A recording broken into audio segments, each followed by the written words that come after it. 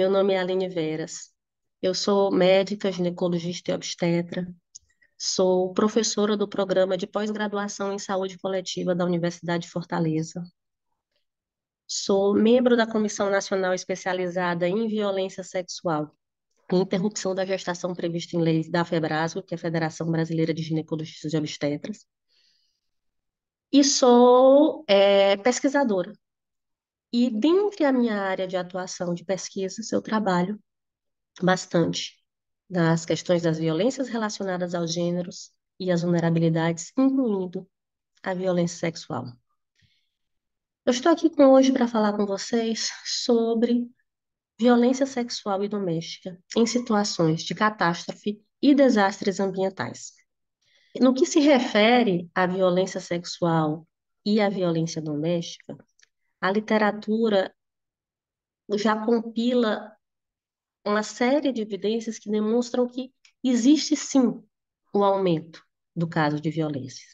De todas as violências ao aumento, particularmente no caso da violência sexual e da violência doméstica, essa comprovação aconteceu em diversos casos de catástrofe ambiental, como, por exemplo, furacão Katrina, em 2005, terremoto do Haiti, em 2010, terremoto na Nova Zelândia, em 2011, barragem de Mariana.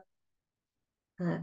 Então, nós temos uma série de evidências que evidenciam, que demonstram que acontece esse aumento.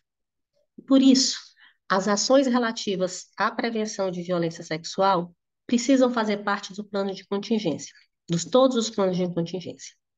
Esses planos de contingência devem incluir ações que antecedem essas catástrofes ambientais, tá?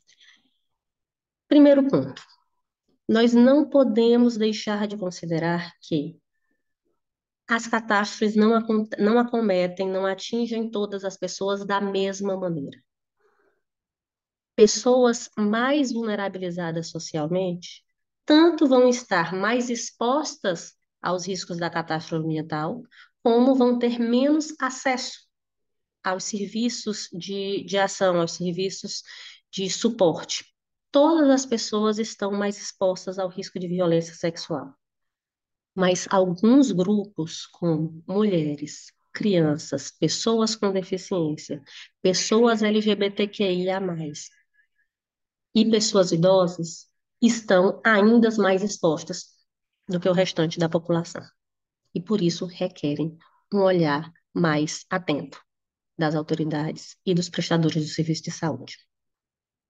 Para se prevenir e responder oportunamente as situações de violência sexual, para se prestar uma assistência oportuna e eficaz a essas pessoas em situação de catástrofe, é necessário se estabelecer uma estrutura de supercapacidade, uma estrutura realmente apta a prestar, a assistir essa população em situação de normalidade e que tenha, por si, um plano de contingência para assistência em casos de catástrofes ambientais. Tá? Um plano de resposta para monitorização e encaminhamentos antes da ocorrência de catástrofes, mas também durante a ocorrência de catástrofes. Isso passa necessariamente pelo fortalecimento desses serviços. Infelizmente, o que temos visto com muita frequência é o desmonte, é exatamente o contrário. É o desmonte desses serviços, é o enfraquecimento desses serviços. E isso é extremamente prejudicial aos direitos sexuais e reprodutivos de todas as pessoas, mas particularmente de mulheres e meninas, tá? Mas também compromete sobremaneira as estruturas de assistência, as estruturas de suporte social em casos de risco aos direitos humanos, como uma catástrofe ambiental ou como uma crise sanitária. Então, a integração, para integrar a resposta à violência sexual, a gente precisa também de uma coletividade, de uma comunidade que esteja preparada para observar, para identificar e para agir. Por outro lado, Não adianta uma comunidade sensibilizada se essa comunidade não souber acessar os pontos e os serviços de assistência. Então, diante de uma catástrofe, e aí nós já adentramos o que fazer no caso de uma catástrofe estabelecida. Diante de uma catástrofe, é crucial uma ampla divulgação dos modos de contato e de acesso aos serviços de assistência a pessoas em situação de violência sexual.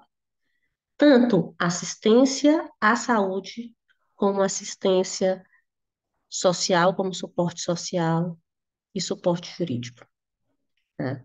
Essas informações, essa rede precisa estar estruturada e precisa de uma ampla divulgação, para que a população saiba como acessar esses serviços. Além disso, é importante que se crie acessos fáceis, links de acesso rápido que possam ser acessados rapidamente pela internet, telefones rápidos de acesso, né? Desenvolver estratégias de informação sobre a agressão sexual, né?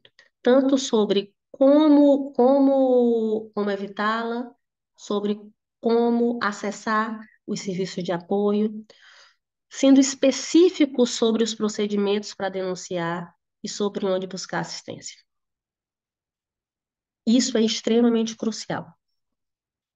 Em relação às estruturas de prevenção no momento da catástrofe, né?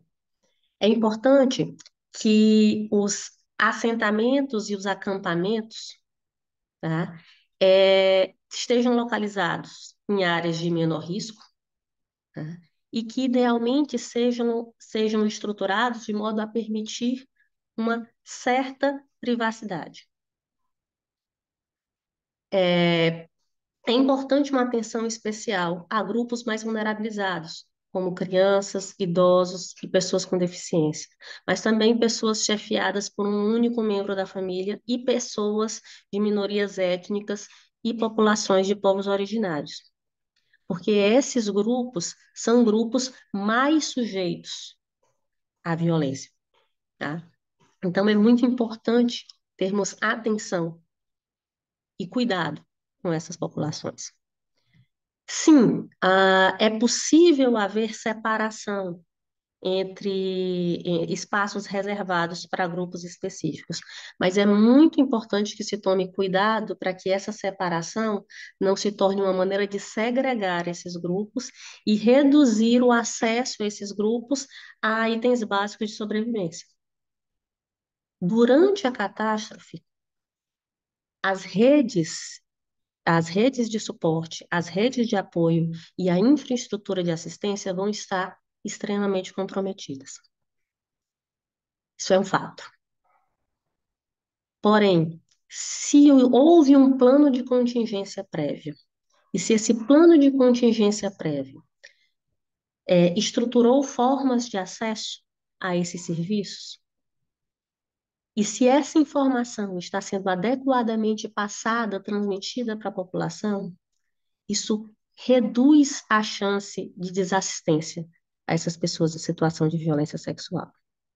Se os planos de contingência elaborados para serem aplicados em situação de catástrofes ambientais considerarem a participação social e considerarem os aspectos interseccionais, nós teremos um, uma situação de proteção social para esses grupos mais vulnerabilizados, minimizando a exposição dessas pessoas a uma situação de violência.